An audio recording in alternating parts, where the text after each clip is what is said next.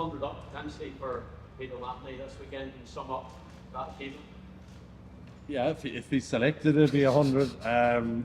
Let's say it's brilliant. I mean, I suppose I've known him since he's 18, since he came into the academy, and he always was. He was always a leader. You know, he always wanted to, I suppose, figure things out, and then he figured them out. He was able to speak well and lead well, and I suppose set an example. And you know, I think he's had a great last few years in his career. I think in terms of, I think he's fit. I think he understands the game more than ever, and that allows him to play really well and be aligned with what the coaches want and what's best for the team that he plays in. You know, he communicates really well with the group. He sets a lovely tone. You know, we've guys that communicate in different ways and speak in different ways. He has a certain way of setting the tone. You know, there's never any BS about it, but it's always straight and to the point. And from that point of view, he's been great for us. So, you know, he had a period there a while back where he was on the bench, and he was excellent on the bench for us as well. You know, he prepared the starting group really well. He prepared the subs really well, you know, despite being a starter for so long. And I think that period was good for him. And since he's gotten back into the team, he hasn't let go. So, you know, I'm delighted. I suppose as a Munster man, I'm delighted to see him getting 100 caps if he can get there at the weekend. So, brilliant achievement, and it's full credit to him. Thanks. Sinead? How have you been working through the line-out stuff, Paul, over the last few weeks? We haven't done a lot different, really. You know, we just, you know, against South Africa, it was a tough start. They were good defensively. We were probably poor on our behalf and on the drill, and you know, they managed to sneak an extra man in for one of the lineouts close to their line, which was disappointing. But fair play to them. They were really good at the start of the game. What I was delighted with was how the lads worked through it, how Ronan Kelleher and the line-out leaders worked through it and figured it out and got us back on track. And mainly it's just been about having a look at where things have gone wrong. You know, we haven't trained any differently or done anything differently, really. It's been, you know, it's been real good learning for the lads, and luckily for us, you know, those learnings have come in games that we've won. So you know, against a real good line outside this weekend again, who can cause problems for teams, and I'm sure they'll cause us a few problems. It'll be just down to how we react and how we handle them. Thanks. Just what are you going to have to be better this weekend against a really far Scots? They know this is it. I think that's it. We just have to get better. I think that's one of the things the lads are really good at. They're really good at staying focused on the next game and not looking beyond it. I think they kind of acknowledge, you know, whenever we've been on tour down in New Zealand or whenever we were playing in the Six Nations, you know, in terms of having a chance of winning it, they acknowledge it. They might have a quick chat about it, and that allows them then focus on just what's in front of them. So staying focused on this game and absolutely nothing else is a skill set they've gotten really good at. And then we just got to get better. There's a lot of things that we were excellent against South Africa, but there's a lot of things we can improve on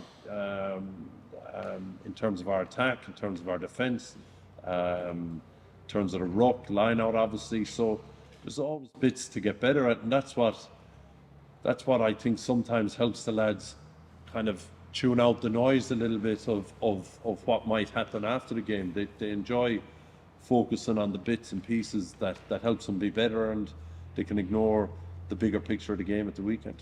Rory? Sorry, Justin, we have a lot to get through, so apologies. Rory? Pretty much everyone comes to training, I think. Yeah, everyone came through training. Robbie is a bit of a niggle, and we're finding out about that today. I'm sure there'll be some information on that tomorrow. Robbie Henshaw. You were part of Irish teams that have big wins and maybe weren't able to back them up. And it was kind of it was a bit of a peaks and troughs period.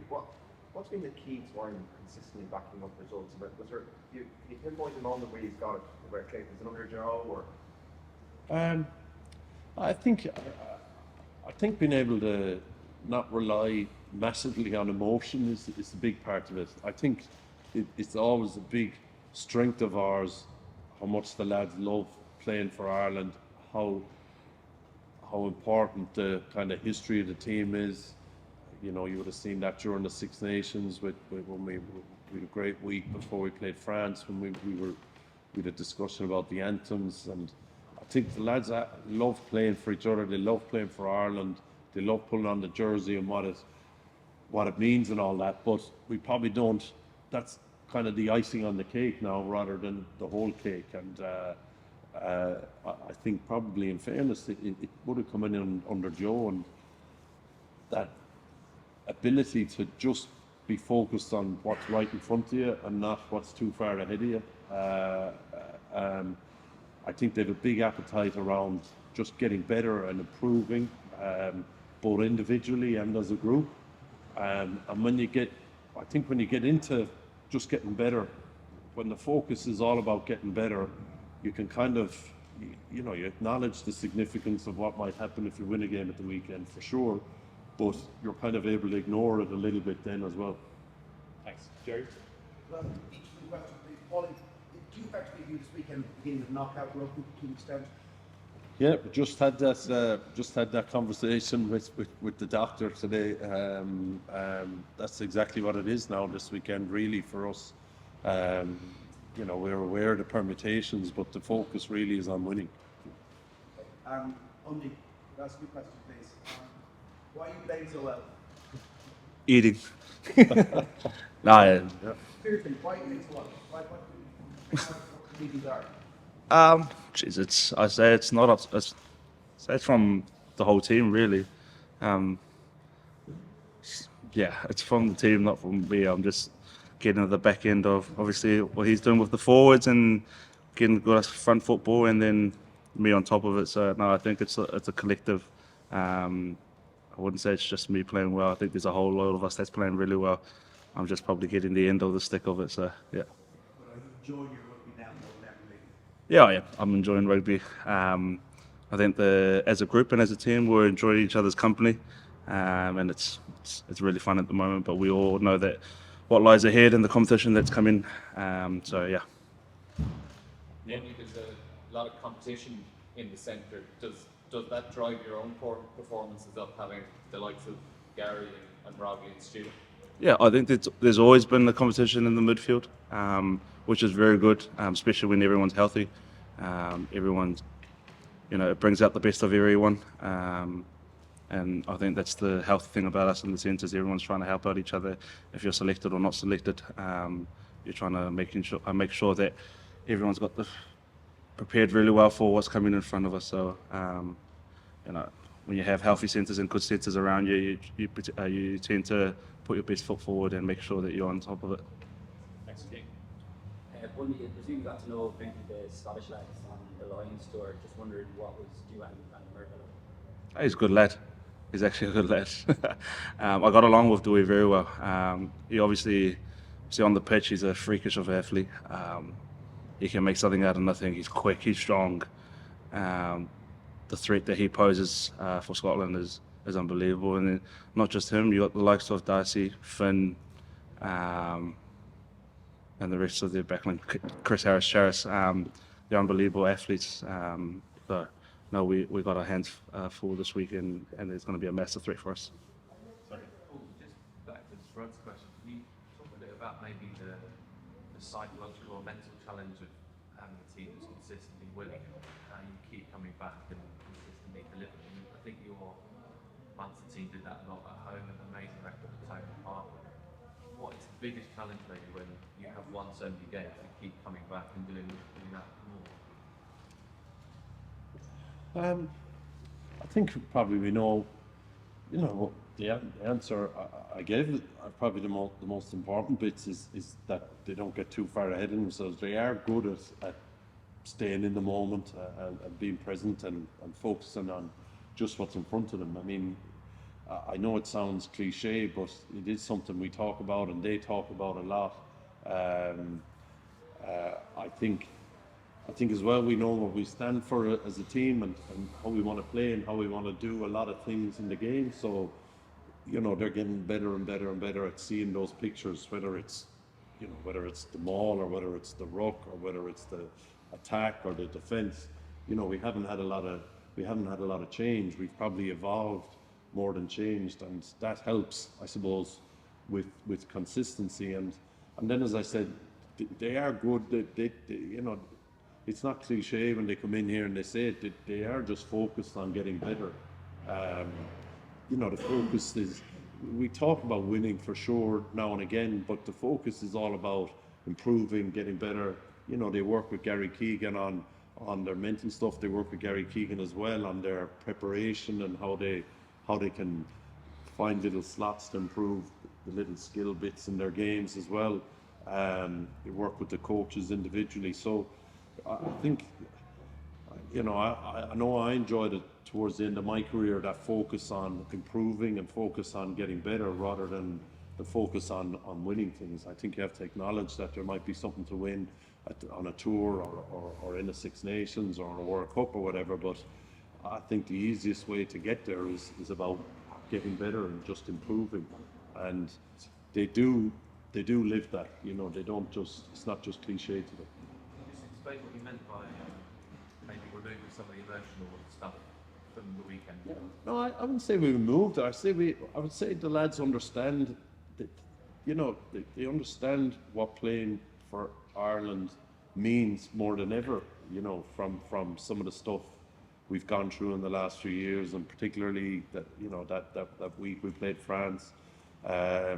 You know, they understand how important the Irish rugby jersey is, and I think the more you understand who you are and what you stand for, the easier it is to perform. And then, you know, it allows you, they don't have to build up how important the game is. We all know it and they all know it, you know, and they do focus on getting better, they do focus on the next moment, and that sometimes helps them, I suppose, block out some of the noise around the game. Last two questions, please, Murray. Bundee, the Scottish teams have been getting a lot of praise, I suppose, for their contribution to the Scottish attack. What would you have to be wary of in midfield? I think the midfielders are world-class players. You've got the like of Sione Tuipulotu, who's running amok around there, and then you've got the likes of Chris Harris and Hugh Jones, who's, geez, I could talk all about them. They're running lines, their gas and speed, the defensive side of things. So, look, we know the threats they pose, and they're playing unbelievably well for them. So we just got to make sure that we as a group and we as a unit and as a backline, that, you know, we know what's coming ahead of us, and making sure that we're on top of our game, because they are class players. So yeah. Next final question. Paul, what did you make of Ian Henderson's time on the pitch against South Africa when he came on, in terms of being a leader, and what qualities does he bring to this team in that front? I would say it's very similar to when Peter O'Mahony was on the bench. He's been excellent for us. You know, he's been a great example of a guy that, you know, probably started for a long time and finds himself on the bench now, and he has to prepare kind of the opposition team in training. He has to prepare the bench. He has to maybe be able to be ready to play with less reps than some of the starters, and he does that without any fuss or any hassle. He makes people feel good, so he's been brilliant for us. It's great. You know, the thing with Hendy is it's just about getting matches back to back, with getting training back to back as well, you know, not just matches back to back. And it's been great to see him do that this summer. I don't think he's missed a training session, and some of the training sessions have been hard, so I think he's in a really good place, and you can see that now whenever he comes off the bench. Thanks very much, everyone. Thanks, Paul. Thanks, Bundee. Thank you. Thanks, guys. Thanks, Paul. Thanks, lads. We've got time for everyone now.